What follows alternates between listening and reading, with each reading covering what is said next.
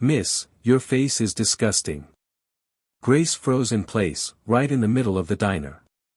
Her hand began to shake, and water splashed down onto her skirt. Laughter broke out from a nearby booth.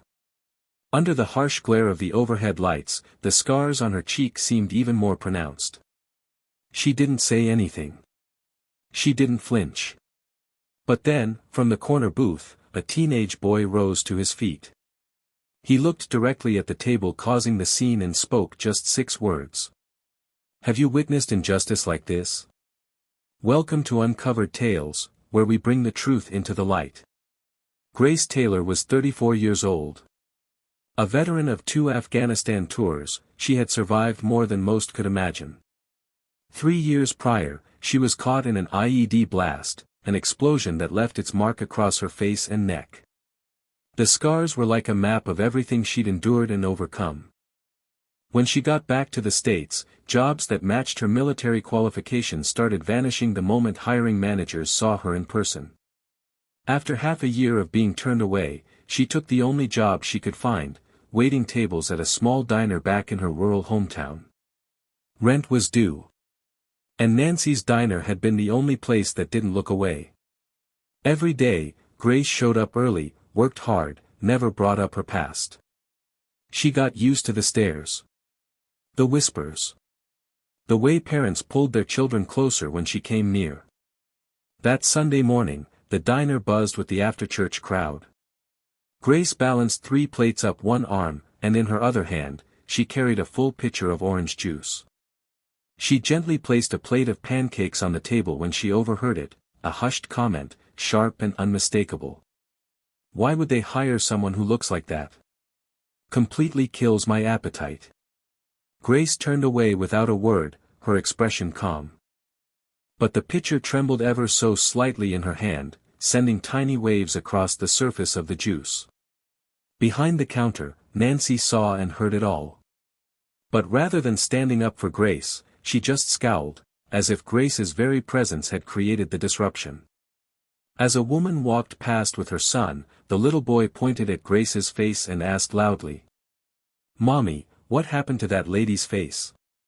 The mother quickly pulled the boy along, not even glancing Grace's way. "Don't stare," she snapped, loud enough for half the diner to hear. "It's rude to look at people like that." Grace forced a polite smile and turned inward, grounding herself with a breathing exercise her therapist had taught her. Breathe in through the nose, count to 4.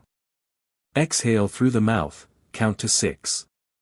It was the same pattern that had helped her survive firefights in Kandahar. If it worked there, it could get her through a Sunday morning in small-town Tennessee. "Order up for table 7, came the cook's call from the kitchen. Grace gathered the plates, pausing to straighten her name tag, a small American flag pin affixed to it. It was the only quiet tribute she allowed herself at work, and most customers never even noticed. "Can we get more coffee over here?" a man at table 5 called, waving her over, only to recoil the second he saw her approaching. Grace acted like she didn't see it. When things briefly quieted down, she slipped into the bathroom and splashed cold water on her face. In the mirror, the familiar image stared back, skin pink and pulled, the scars still vivid despite all the surgeries. One ran tight around her right eye, creating a permanent crease in her cheek. She hadn't really noticed them in years. Why did everyone else still see nothing but that? When she stepped back out onto the floor, her eyes landed on a boy sitting at table 9. He was watching her, not with disgust, not even with curiosity, but with something else. He wasn't staring at her scars. He was meeting her gaze. And his hand was pressed over his heart. A gesture she hadn't seen since her time in uniform. If you believe people like Grace deserve to be remembered, you're in the right place. Stay with us. Grace kept going, though each moment seemed to weigh heavier than the last. The whispers got bolder, the looks more obvious. Even Amber, the other waitress on shift, had started quietly rerouting tables out of Grace's section. "Table 4's asking for a refill," Amber said, eyes locked anywhere but on Grace. "But maybe I should take it. They seem particular." Grace knew what she meant. "I've got it," she replied softly, picking up the coffee pot. As she approached table 4, an older man in a pressed golf shirt looked up at her with open disdain. "Isn't there someone normal who can bring our food?" The word struck deeper than she'd admit. She had endured battlefields, but somehow these quiet, polished cruelties still cut just as sharp. She lowered her eyes, blinking back the sting of tears. "I'm sorry for the inconvenience, sir. I'll see if another server can help you." His companion, a woman with diamonds on her fingers and a flawless hairstyle, leaned in. "We're just trying to enjoy our meal, you know. It's distracting." Grace nodded without thinking and stepped away. 7 steps, that's all she needed to make it to the kitchen without falling apart. Before she could reach the door, Nancy stopped her behind the counter and gently guided her toward the staff room. "Grace, sweetheart, can we talk for a second?" The small back office reeked of stale cigarettes and overused air freshener. Nancy shuffled a mess of receipts on the desk, her eyes carefully avoiding Grace's. "I appreciate how hard you work, really, I do. But some of the customers, they're uncomfortable." Grace held her voice steady, even as something inside her began to crack. "I get it," she said softly. "You have to do what's best for the business." Nancy hesitated, then offered. "Maybe we can shift you to the kitchen, or put you on night shifts. It's quieter. Less traffic. Might be easier for everyone." This was the same woman who had once faced down chaos in a combat zone, who'd earned a Purple Heart for courage under fire. She'd organized medical evacuations while bullets shredded tents around her team. And now she was being told to hide, because her scars made people uneasy. "I'll finish the rest of my shift," Grace replied, her tone calm and final. When she stepped back onto the floor, her eyes went immediately to table 9. The teenage boy was still there, still watching her. He looked about 16, but there was something older in his eyes, something steady. He wasn't gawking. He wasn't looking at her scars. He was simply holding eye contact, his hand resting solemnly over his chest, in a quiet show of respect she hadn't seen since her deployment. Over at table 8, a group of men in pressed polos and khakis were chatting over their meal when one of them caught sight of Grace refilling water nearby. "Hey, Jim," he said loudly, nudging his friend with a smirk. "Remember that horror flick we watched last week?" The main character kinda looked like. He motioned toward Grace without finishing. The table erupted in laughter. One of the men hesitated, visibly uncomfortable, but ended up laughing anyway. None of them knew the truth. They didn't know that those scars were the result of Grace throwing herself between 2 fellow soldiers and a vehicle seconds before it exploded. The official report called her actions extraordinary heroism in the face of grave danger. The blast killed 3 soldiers instantly. Despite her own injuries, Grace had dragged one wounded comrade nearly 100 yards to safety. And now, the same woman was taking ridicule on the chin with the same quiet strength she'd shown in war. At table 9, the boy shifted in his seat like he might say something, but his mother laid a gentle hand on his arm, and he stayed quiet. Still, his gaze never left Grace. He watched as she absorbed another round of mocking comments, another moment of being dismissed like she didn't matter. Grace had no idea who he was. His name was Ethan Carter, and his father, Captain Daniel Carter, had served beside her during deployment. Ethan had grown up hearing stories about the brave medic who risked her life for others more than once. His dad had shown him pictures of the unit, including one of Grace before the explosion, standing tall in her uniform, smiling with pride. Ethan had recognized her the second she walked into view, not because of her scars, but because of the fire still in her eyes. The same eyes that stared out from the photo that had sat on his family's mantle for years. Have you ever watched someone be mistreated and wished you'd had the courage to speak up? Drop a comment below. Someone might need to hear your story too. The energy in the diner shifted when a new group of customers entered, a loud pack of 4 men in golf shirts, cracking jokes before they even sat down. They were placed in Grace's section.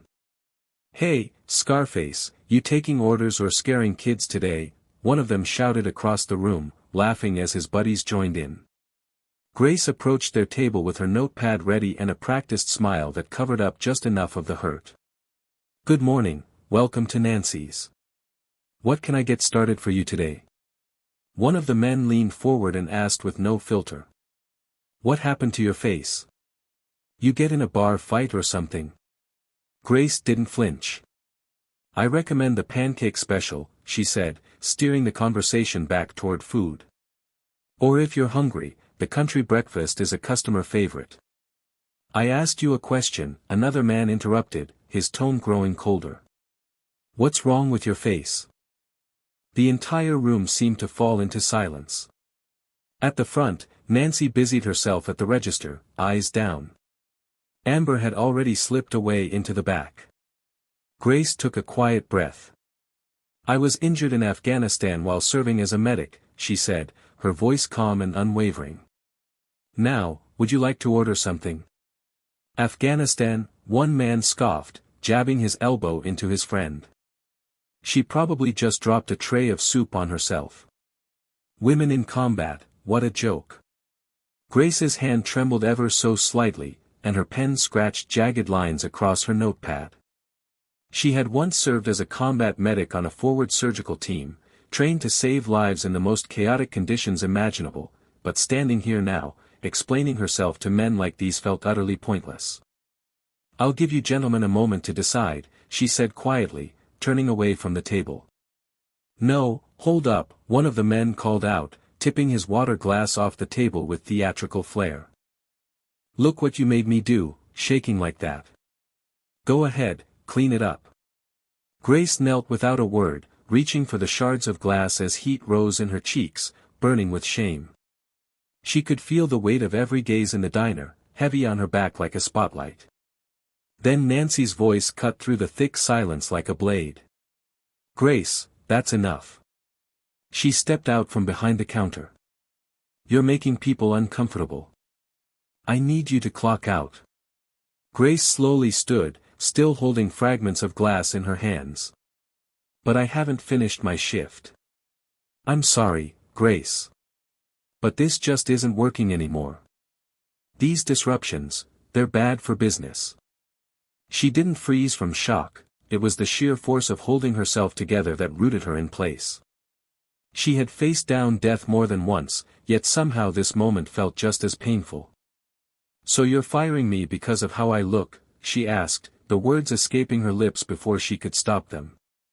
Nancy looked away. "I'm letting you go because people are complaining." The entire diner seemed to shrink into a breathless hush. Some customers dropped their eyes to their food, ashamed. Others couldn't stop staring. No one said a word. Until Ethan, still at table 9, rose to his feet. He stepped out from the booth, his mother reaching for his sleeve. "Ethan, please sit down," she murmured. But he gently pulled away. "Can I say something?" he asked, his voice cracking from a mix of nerves and emotion. The sudden interruption drew every eye in the room. Conversation stopped. Forks hovered mid-air. Ethan turned first to Grace, then to the room at large. He squared his shoulders and, with a steadier voice, delivered 6 words that shattered the silence. "She saved my father's life, twice." The weight of his words landed like a stone in still water, rippling outward, impossible to ignore. Ethan reached into his wallet and pulled out a creased photograph. "This is my dad," he said, holding up the image of a soldier in fatigues, arms slung around a smiling female medic, Grace, before her injuries. "Captain Daniel Carter. 10th Mountain Division. 2 Purple Hearts." He stepped closer to Grace, every movement deliberate, filled with quiet respect. "He told us about the ambush. About how Sergeant Taylor, Grace, pulled him from a burning Humvee after an IED hit their convoy." His voice grew firmer now, as if the memory had lit something inside him.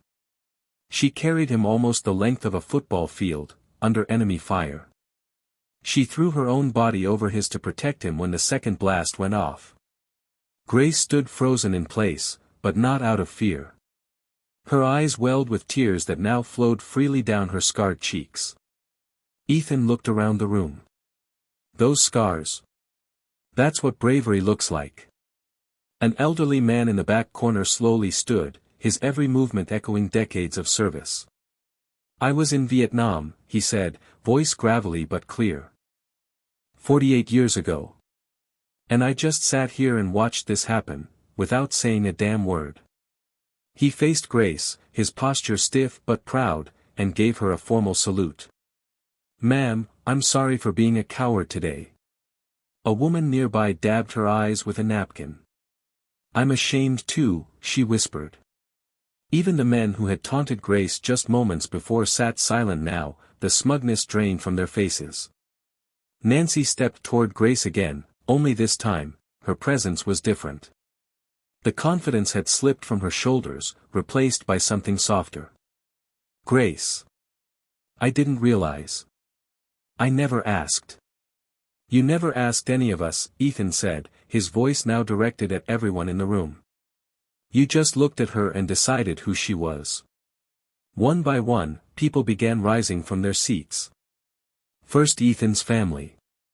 Then the older veteran. Then others.